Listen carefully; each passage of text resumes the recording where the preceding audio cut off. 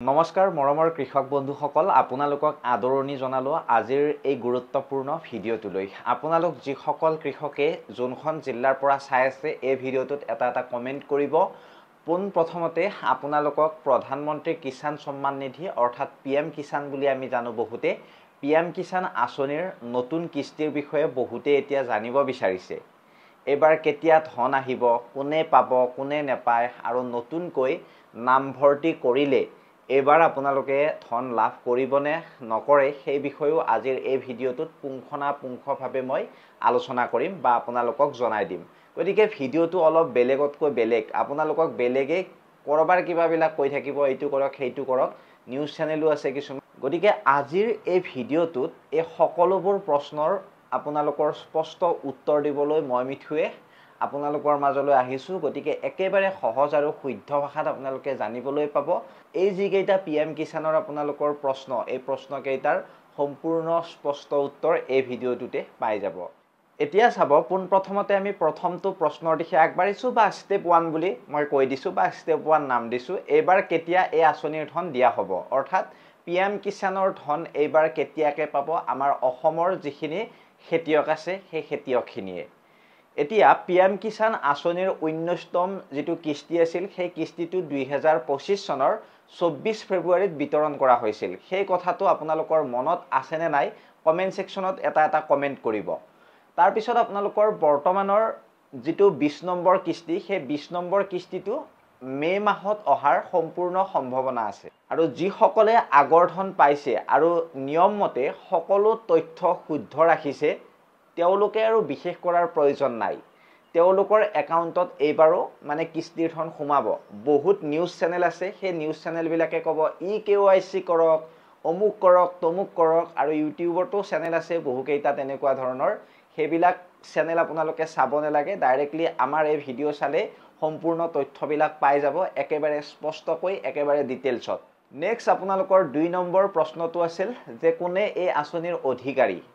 আসলতে এই আঁচনিৰ অধিকাৰী হ'বলৈ আপোনালোকৰ কিছুমান ক্ৰাইটেৰিয়া আছিল বা নিয়ম আছিল পিএম কিষাণ আঁচনিৰ লাভ ল'ব পাৰিব সেই সকল সৰু আৰু সীমান্তিক কৃষকে যিসকলৰ আপোনালোকৰ মানে নিজৰ নামত মাটি বাৰী আছে নিজৰ নামত মাটি আছে বা নিজৰ নামত থকা মাটিত খেতি বাতি কৰে তেওঁলোকে সেই সকল কৃষকে মানে এই আঁচনিৰ ধন লাভ কৰিব পাৰে বা যিয়ে নিয়মিতভাৱে নামভৰ্তি কৰিছে মানে যাৰ নিজৰ মাটি আছে জনে নিজৰ মাটিত খেতি কৰে তেওঁলোকে যদি নামভৰ্তি কৰিছে আৰু ইকেৱাইচি সম্পূৰ্ণ কৰি থৈছে তেতিয়া আৰু কোনো ধৰণৰ প্ৰশ্নই নুঠে তেওঁলোকে এই আঁচনিৰ ধন লাভ কৰিব বা পিএম কিষাণ আঁচনিৰ ধনটো লাভ কৰিব তাৰ পিছত বেছি দেৰি নকৰি তৃতীয়টো প্ৰশ্নৰ পিনে আমি আগবাঢ়িছো কোনে এই আঁচনিৰ ধন আসলতে নেপায় বা আপোনাৰ ওচৰত যদি এনেকুৱা ধৰণৰ মানুহ আছে নাপাব লগা তেন্তে আপুনি কমপ্লেইনো দিব পাৰিব এই আঁচনিৰ পৰা বঞ্চিত হ'ব সেইসকলে যিসকলে ইনকাম টেক্স অৰ্থাৎ আয়কৰ দিয়ে চৰকাৰক অৰ্থাৎ আপোনালোকৰ চৰকাৰী চাকৰিত নিয়োজিত ব্যক্তি যেনে আপোনালোকৰ ধৰক আৰু এটা আহে তাৰ ভিতৰত বা পেছাদাৰী ব্যক্তি চৰকাৰী চাকৰিত নিয়োজিত বা পেছাদাৰী চিকিৎসক উকিল অভিযন্তা অধ্যাপক এইবিলাকে এই আঁচনিৰ পৰা বঞ্চিত বা এই আঁচনিৰ ধন নেপায় নেক্সট আপোনালোকৰ যাৰ নিজৰ নামত খেতি নাই তেওঁলোকেও এই আঁচনিৰ পৰা বঞ্চিত বা এই আঁচনিৰ ধন লাভ নকৰে যদি এনেকুৱা ধৰণৰ ব্যক্তি আছে আপোনাৰ ওচৰত তেন্তে আপোনালোকে ডাইৰেক্টলি কমপ্লেইন কৰিব পাৰে কমপ্লেইন কেনেকৈ কৰিব লাগে সেই যদি ভিডিঅ' বনাব লাগে মই আপোনালোকে নিশ্চয় কমেন্ট সেকশনত কমেন্ট কৰিব তাৰ পিছত ৪ নম্বৰত আপোনালোকক জনাইছো যে নতুনকৈ আপোনালোকে আবেদন কৰিব বিচাৰে নেকি বহুতে কৈ থাকে যে আমি পিএম কিষাণৰ নতুনকৈ আবেদন কৰিবলৈ কি কৰিব লাগিব আমি আবেদন কৰিলে পইচাটো লাভ কৰিম নে নাই এনেকুৱা ধৰণৰ প্ৰশ্ন বহুতে কৰে এতিয়া চাব আপুনি যদি এতিয়ালৈকে আবেদন কৰাই নাই তেন্তে এতিয়াও সুযোগ আছে আবেদন কৰিব পাৰিব আপুনি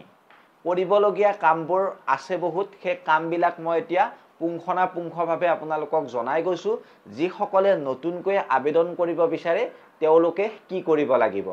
এক নম্বৰতে www.pmkishan.gov.in ত গৈ আপোনালোকে নিউ ফাৰ্মাৰ ৰেজিষ্ট্ৰেচনত আপোনালোকে ক্লিক কৰিব লাগিব এই কথাখিনি হয়তো বহুতে জানে দ্বিতীয়তে আপোনাৰ আধাৰ নম্বৰ নাম ঠিকনা ৰাজ্য জিলা খেতিৰ তথ্য আৰু বেংক একাউণ্টৰ নম্বৰ আপোনালোকে ধুনীয়াকৈ স্পষ্টভাৱে দিব লাগিব।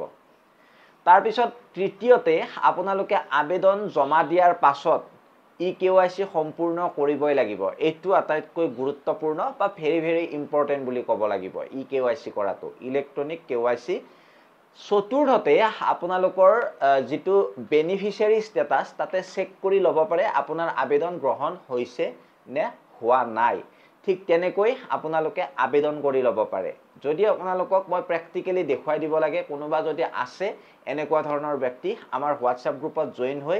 মোৰ লগত কণ্টেক্ট কৰিব। নেক্সট আপোনালোকৰ 5 নম্বৰ প্ৰশ্নটো হৈছে নতুন আবেদন কৰিলে এইবাৰ কিস্তি পাবনে নাই বা 20 নম্বৰ কিস্তিটো আপোনালোকে লাভ কৰিবনে নাই। নতুনকৈ যদি আবেদন কৰে কোনোবাই, তেতিয়া 20 নম্বৰ কিস্তিটো পাবনে নাই যি মেদ দিয়াৰ কথা আছে। এতিয়া চাব, এই কথাটো আপোনালোকে মনত ৰাখিব, যদি আপোনাৰ সকলো তথ্য ঠিকে থাকে আৰু আপোনালোকৰ যাচাই সফল হয়, তেন্তে আপুনি এইবাৰ মে' মাহৰ কিস্তিটো লাভ কৰিব পাৰে। এই যাচাই প্ৰক্ৰিয়া সাধাৰণতে 1 আৰু 2 মাহ সময় লয়।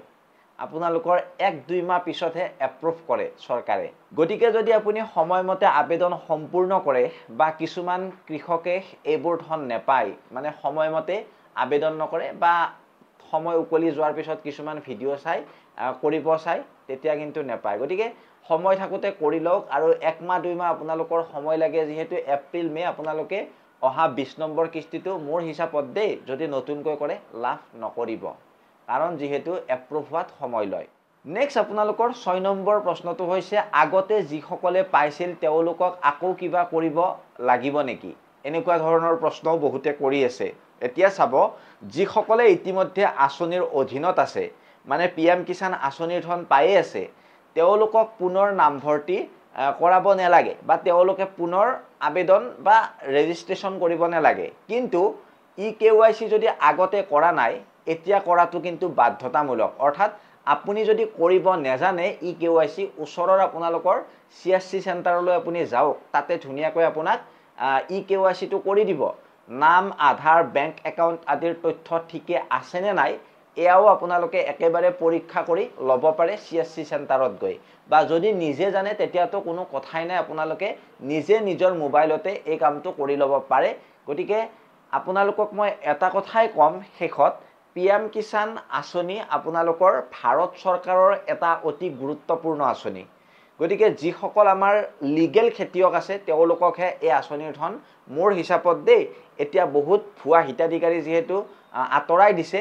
নতুন যিসকলে এতিয়াও মানে ধন পোৱা নাই বা ৰেজিষ্ট্ৰেশ্যন কৰা নাই, তেওঁলোকে অতি শীঘ্ৰে কৰাটো প্ৰয়োজনীয়। কাৰণ 2000 টকাকৈ যিহেতু আপোনালোকক চৰকাৰে দিয়ে, সেই পইচাটো আপুনি খেতিৰ নামত লগাব পাৰিব। গতিকে সঠিক আপোনালোকক তথ্য মই সদায় দিবলৈ চেষ্টা কৰোঁ, বা সময়মতে আপোনালোকে যদি EKYC কৰা নাই নিশ্চয় কৰিব, এই আঁচনিৰ লাভালাভ উঠাব পাৰিব। গতিকে আপোনালোকে এই ভিডিঅ'টো চাই কেনেকুৱা পালে এই ভিডিঅ'ৰ কমেণ্ট ছেকশ্যনত জনাব, ক'ৰ পৰা চাই আছে জনাব, লাইক কৰিব, শ্বেয়াৰ কৰিব, ভিডিঅ'টো ছাবস্ক্ৰাইব কৰিব, ফেচবুকত চাই থকাখিনিয়ে ফ'ল' কৰিব, যদিহে আমাৰ এই ভিডিঅ'টোৱে আপোনাক কিবা সহায় কৰিলে বা কিবা উপকাৰ কৰিলে। পৰৱৰ্তী ভিডিঅ'ত আকৌ লগ পোৱাৰে মই মিঠুৱে আপোনালোকৰ মাজৰ পৰা বিদায় মাগিছোঁ। অন্য এটা ভিডিঅ'ত লগ পোৱাৰ প্ৰতিশ্ৰুতিৰে আপোনালোকৰ খেতি উন্নত হওক, জীৱন সুখৰ হওক। গতিকে ধন্যবাদ, জয় অসম।